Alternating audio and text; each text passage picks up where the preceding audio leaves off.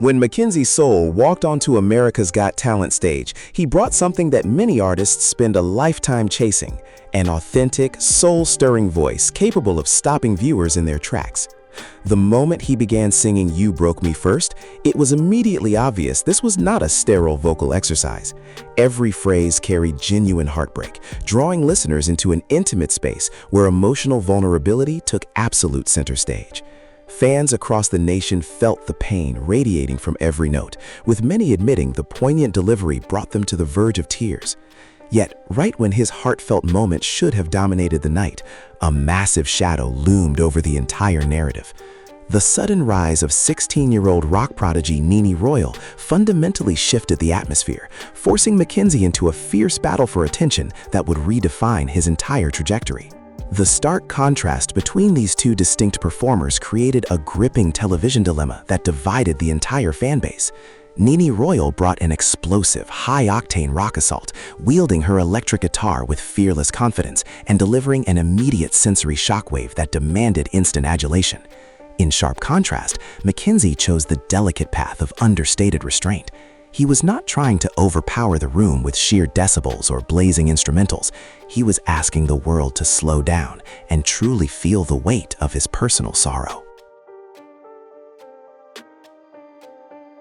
When a quiet, vulnerable ballad immediately follows an arena-sized spectacle, human psychology naturally perceives the softer act as smaller in scale, regardless of its artistic purity. Mackenzie was suddenly caught in an uphill struggle against raw adrenaline. Dedicated viewers quickly took to social media to passionately debate whether the running order had unfairly compromised Mackenzie's standing in the competition. Many staunch supporters argued that had he performed before the rock hurricane swept through the auditorium, his delicate nuances would have resonated with far greater impact. Reality television audiences rarely evaluate performances in absolute isolation. They constantly compare, contrast, and measure the emotional high points against the most explosive visual moments. When one contestant delivers a jaw-dropping viral rock explosion, every subsequent performer is forced to deliver an equal measure of unforgettable magic or risk fading into the background. Mackenzie faced the daunting task of proving that quiet, profound intimacy could stand toe-to-toe with stadium-shattering spectacle. Not everyone agreed that the comparison was inherently unfair, with purists insisting that true emotional connection should always transcend performance schedules. In the high-stakes arena of public voting, genuine vulnerability is an exceptionally rare currency that cannot be easily manufactured. Mackenzie was not merely reciting rehearsed lyrics. He appeared to be actively living through the agonizing memories embedded within the music. This unvarnished sincerity resonated deeply with a massive demographic of viewers who prioritize vocal soul over theatrical pyrotechnics. For those captivated by raw human feeling, his performance served as a refreshing, deeply needed antidote to the relentless flash and overproduced glamour that frequently dominates modern television stages.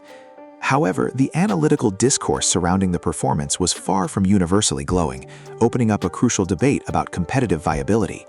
Critical observers pointed out noticeable inconsistencies in the song's musical arrangement, noting moments where vocal pitch slightly wavered under pressure, and the overall energy felt somewhat subdued for a high-stakes live round. On a massive platform like America's Got Talent, technical talent and heartfelt sincerity are merely the baseline requirements. To secure millions of votes across the country, an artist must manufacture an undeniable, defining moment that compels people to pick up their phones. The central question shifted from whether Mackenzie sang well to whether his emotional ballad possessed enough punch to survive against a historic rock juggernaut. This stylistic showdown highlights the fascinating collision between instant viral adrenaline and the slow, gradual build of an emotional journey. Presenter TV host Nene Royal commands the room in a single second with thunderous riffs and undeniable attitude, while Mackenzie slowly invites the listener into his personal world through melancholy and melodic restraint. Neither artistic approach is inherently superior, but when juxtaposed on the same competitive evening, the psychological difference is stark.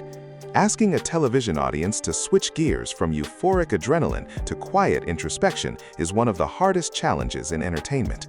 Mackenzie was not struggling because of a lack of vocal ability, but because the contextual momentum of the night favored explosive, undeniable energy.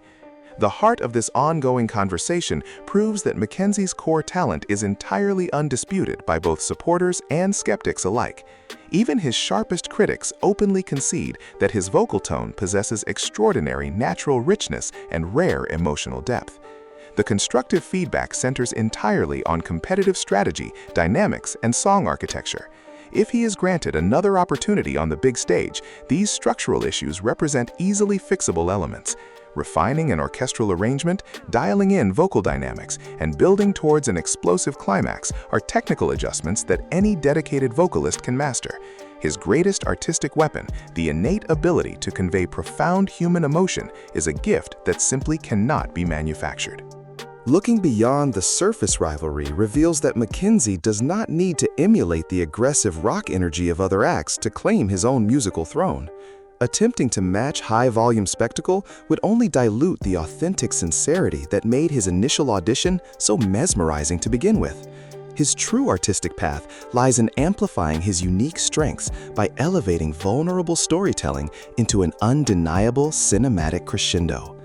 When a ballad combines delicate emotional honesty with a breathtaking stadium-level vocal peak, it becomes utterly impossible for any audience or judging panel to ignore. He does not need to defeat the rock genre. He simply needs to command his own soulful territory with absolute authority. The true takeaway from this unforgettable chapter is not about who won a single evening of television, but how contrasting artistic visions push performers to evolve. Nene Royal set an extraordinarily high benchmark for dynamic presence, inadvertently challenging every other contestant to step up their game to an elite level. For Mackenzie Sol, navigating this immense pressure could ultimately serve as the defining catalyst that transforms him from a promising young singer into a world-class recording artist.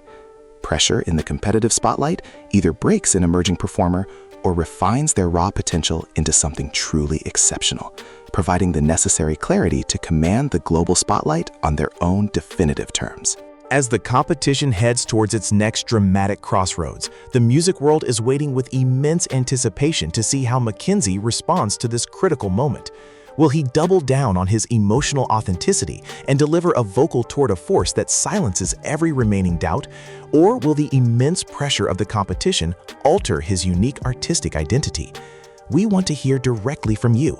Did the performance order truly work against him, or did his emotional connection shine through despite the heavy rock atmosphere? Drop your thoughts in the comments below, and make sure to subscribe so you never miss another deep dive into the most dramatic moments in music entertainment.